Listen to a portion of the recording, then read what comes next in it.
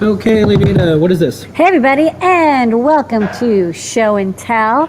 This is not a gaming podcast. Instead, it's us going around the world to people's homes and businesses where they show off their cool DIY maker projects, whether it's 3D printing or crafting or sewing or knitting or what electronics, whatever you got. We'd love to see it. Me and Mr. Lady Ada are going to be here for about 20 minutes, and then we got to get out of here for our next show. So keep it to 2 or 3 minutes when you show your project. We're going to start off with Noe, who has some cool What you got going on this week? ornaments to show off. Hey, what's up, everybody? Hey. Yeah, let's take a look at the overhead, see if this is working. Overhead, Go overhead. overhead. It works better when you sing to it. I think, is it? Come on, overhead. Yeah, It's coming. I can't tell if There it is. Yeah. Okay. it is. So we have an assortment of ornaments this week. We have one for the e-ink display. We kind of showed these off last week, but yeah, we're gonna show them again. Actually, I got kind of a new tip, right? So we've been printing PLA for like, I don't know, 20 years or something. PLA is great material. It's one of the best ones to kind of get easy results that kind of stick well. And what we're playing with now is PETG. This is a material that a lot of folks have played with, but we really haven't had time to play with it. What's really cool about it is it's a lot less rigid than your PLA. So you can do these snap fit stuff really easily because you have this like a bit of flex. Can you see that there? Oh, yeah. You can flex it. So unlike That PLA, it's really, this helps a lot. So it's got a little bit of flex and it's stronger. And the only thing that's kind of different settings wise is you have to print it a little bit hotter. So we're looking at like 240 to 250 is normally what's good. Mm-hmm. And that's at least what I found with the Creality printers. And PLA normally prints at 220. So that's what we're playing with here. And the snaps seem to work pretty well with it. So if anyone's afraid to try out PETG, definitely give it a go. This one's actually from Joseph Prusa. So Prusa Mint is what they call it. Oh. And it seems to work pretty well. All right, cool. Well, so there's our click. Good tips. And it didn't break. Oh, I'm sweating bullets here. I'm like, this is totally going to break. I'm saying it's not going to break. It's like, that's the ultimate demo, right? Is to, you unplug something, the battery cable breaks. Like every week I do that. And thankfully this week. All right. The demo gods are okay. We're for real. Yeah. Nothing. When you throw a steel ball at a window, it's gonna crack. That's right. Don't do that. I heard that's not a good idea. But if you're printing PETG, it tends to work well. So. All right, cool. Do you want to share anything else? This is. All right. This is it. I think next week we'll have some cool eyewear. Yes. We'll be showing some sped up videos and also this tutorial on Ask an Engineer. All right. Pet Thank you so much. Tips. Okay, cool. Thank you. Now you later. Okay, next up, let's go to Melissa. Hello, Melissa. What you got? Hi. I wish I had get some numbers. I've been playing with this Charlieplex bonnet on here, and right now it's kind of hard to see. I have dimmed it a little bit so it wouldn't glare quite as much, but it is actually drawing out this text into different frames using a TrueType font here on the Raspberry Pi. So what it does is it creates a little image in the background using a library called Pillow. And it uses that then, and I added an image function to the library to draw onto here. I'll take that image and then display it on here. And it's a 256 color grayscale image. So this actually is a little bit anti-aliased. Good fonts. Yeah. So I'm going to start with that, and then I'm going to add some images and maybe do a few animations like that. But having a lot of fun playing with that. Yeah, people love those displays, and it's so cool. They're just I2C, and they do all the PWM for you with Charlieplexing. It's really a cool driver, and good to see it maturing. You have 8 frames that you can actually draw to, and then just have it automatically animate. Yeah, awesome. Like it's not even running the script right now; it's just doing it all in the electronics. Yeah, neat. All right, cool. All right. Thanks, Melissa. And congratulations on all the boards on CircuitPython.org/Blinka. Getting close to 50. Yeah. It's working out. All right, thank you. All right, next up, Kenny, also glowing up. Hello. So what I've got here is 2 Circuit Playground Blue Fruits. They are currently wired to power, but they are talking to each other using Bluetooth. And this one is connected to 2 LED strips. And this one is actually controlling the color using the accelerometer. So as you move it, it changes the color. And it's changing it on the LED strip that is not electrically connected to the first one. Correct. Amazing. So it gets even better. The first button actually changes the animations. So So do you want to hold it up a little bit? There's a blink animation. There is a comet animation. And there is the sparkle animation that you were seeing a little bit ago. And the other thing is, obviously, at some point you may find the perfect color for your project and you want to keep it there. And so button B actually freezes the color. So you can move this around and not change the color. And when you're ready to change it again, press the button again. Neat. Is this using the BLE radio library? It's using Adafruit Circuit Python BLE. Okay, so it's actually using raw BLE central and peripheral, which is interesting. It's a cool capability of this chip. Well, that looks, I wish there was a guide for that. You know what? There will be. Okay, sweet. Yeah. There is an upcoming guide. I'm going to be adding it to something festive for the season, and then we will be putting together a guide for Your that. Festivus poll. Right? Exactly.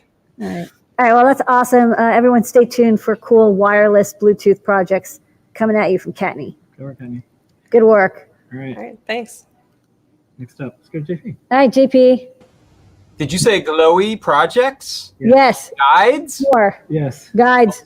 How about that? Because speaking of glowy projects and guides, I've just published this guide, which is on our, what are we calling it? The Blue Fruit Playground Hide and Seek. That's right. Yeah, Blue Fruit Playground Hide and Seek. So I have 3 of these ornaments that I've set up that are each glowing a color based on just clicking one of the buttons. You can cycle through colors. They all run in the same code. And then I have the sort of seeker device. So the ornaments are broadcasting or advertising their color value.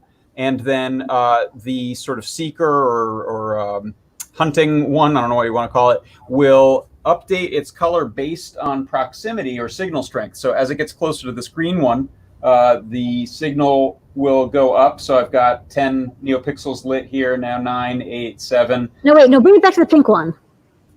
I'm moving this green one here, and I'm. Yeah, no, but I'm saying if you move it back to the pink one, it turns So pink, as I right? move it back to the pink one, Right? Amazing. And then back, and it's green.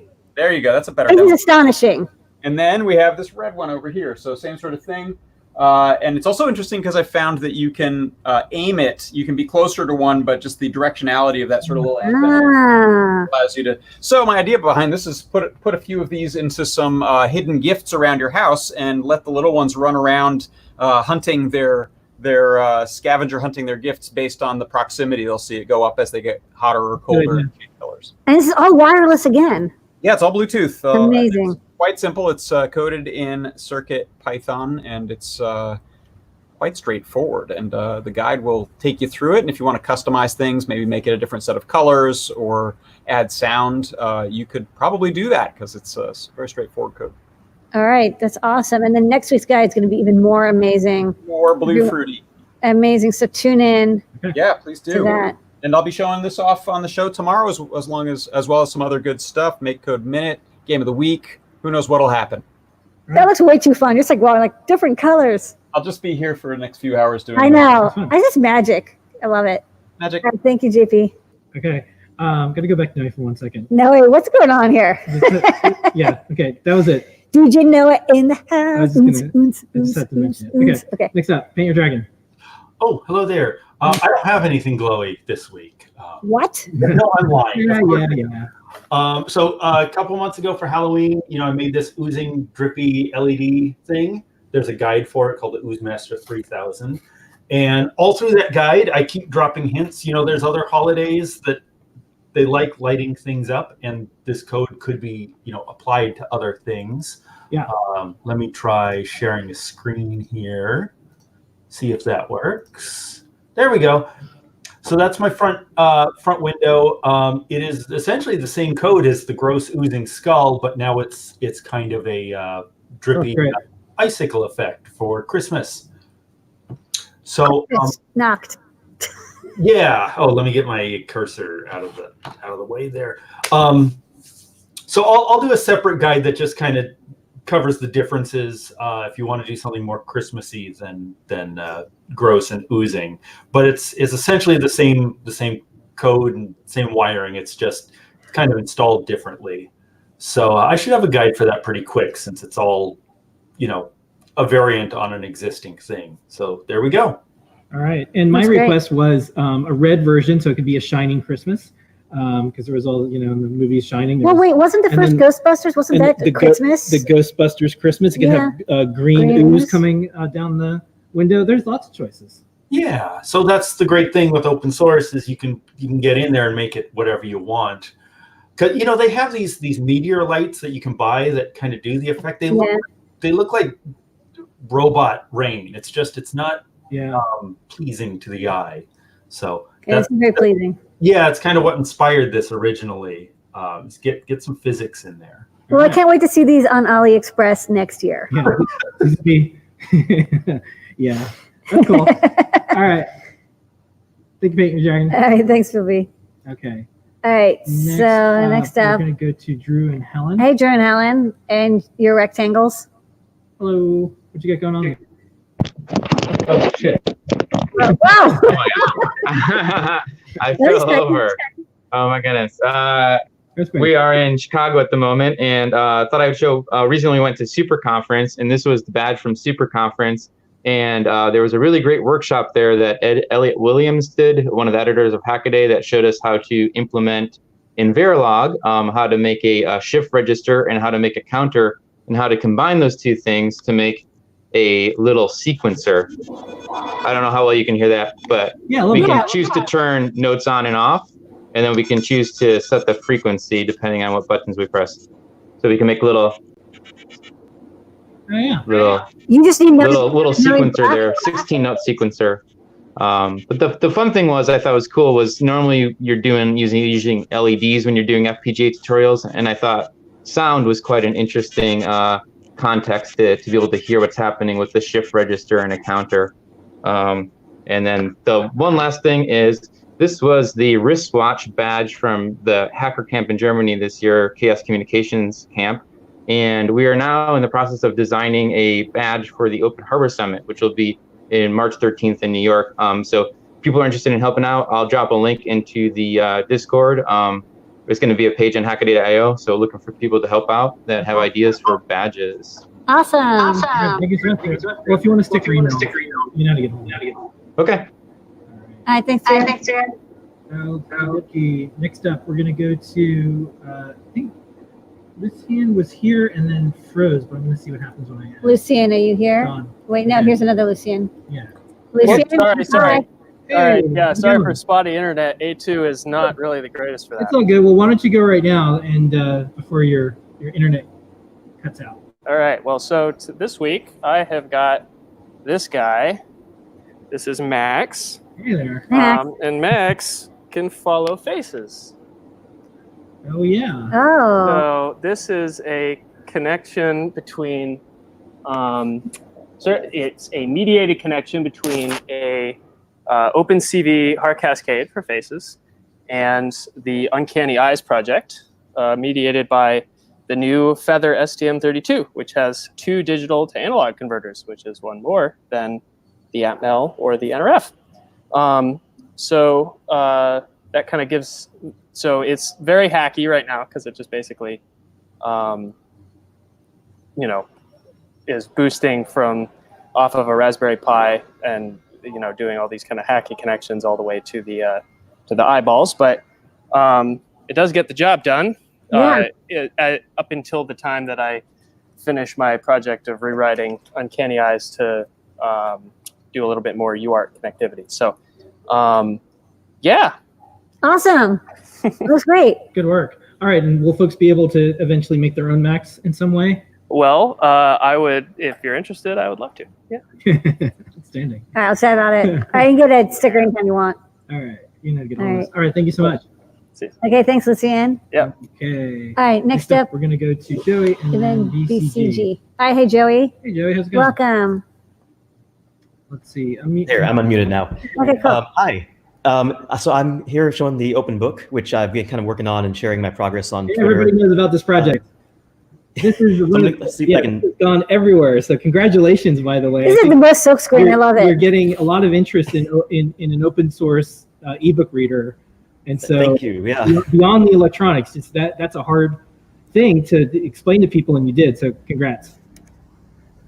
Right on. Thank you. So yeah, I was going to show some of the like little demo that I have here. Can y'all see my screen or Yeah. my video here? Yeah. Great. So yeah, so I've been doing this multi-language project for a while, and so now in addition to like having languages in multiple like bold and italic style, I'm adding word wrap in, and also some more like you know, margins, that sort of thing. Mm. And of course, since it's multi-language, it works in other languages, and Yep. I was able to squeeze in localized case mapping. So this is actually on the fly, going uppercase, lowercase with full Unicode support. Then, let me plug this in. Because it's the 7051, y'all have done some amazing work with the Talkie library, so I actually have it. Oh, that's nice. So neat. So that's kind of fun. And then the audiobook thing, I just tested out throwing up a. I'm not sure if y'all can hear the. Anyway.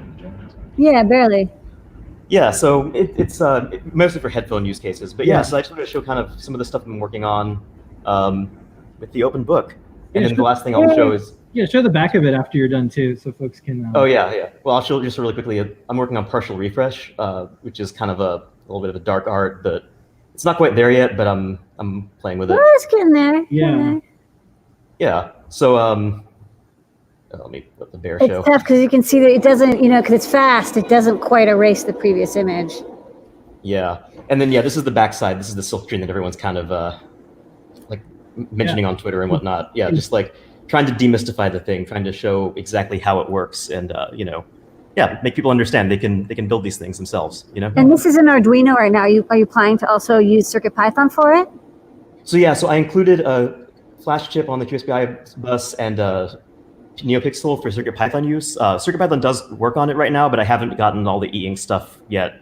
I can just do blinky lights and some stuff like that. So Okay. it's a work in progress, but I do intend to have CircuitPython support. No, on here. if you need any help, just open up an issue because I don't know if we've gotten that particular display going, but we've got almost every other e-ink display going, and it's y'all. supported, and we have all these fonts. You should be able to just use Unicode right by default without. You should be able to print. Totally. Yeah, definitely. The reason I'm doing this with my own chip for Unicode is I wanted to support all languages at once, which is just a gargantuan amount of space and not really. Unless you want to dedicate your entire CircuitPython drive to just a font, it's kind of Well, tough. you have to store the fonts. Oh, they're stored on the SD card. So actually, let me go back to sharing my screen here. Okay. So I have a separate. There's really two flash chips on here. One is for CircuitPython. The other one is just 2 megabytes of Unifont glyphs. So it's basically 16 by 16 or 8 by 16 glyph for every code point from 0 to. Oh, you have one 65. font that's like it's like a universal font. Yeah, one font to bind them all, and Okay. So so that's the thought process behind this. Okay. Cool. Yeah. That's cool. Excellent work. If you want a sticker, of course, Thank you. email us. But, Sure. Keep up the great work, and thanks for getting the word out about the possibilities of having an open book. That was the message. When people I want to have that, and they read all the reasons, and when you see the back of it, it's like, oh, this is how it was made, and these are all and you could make one of these too. Okay. Very cool. So much stuff going on. This is an amazing project. Nice work. Thanks. All right, thanks, Vic. All right, BCG. BCG. How's it going? Wow. Hey, so I just wanted to show my my keyboard project. Yeah. Let's see. A few years ago, I had done. Let me see. Oh, sorry. I'm gonna let's see.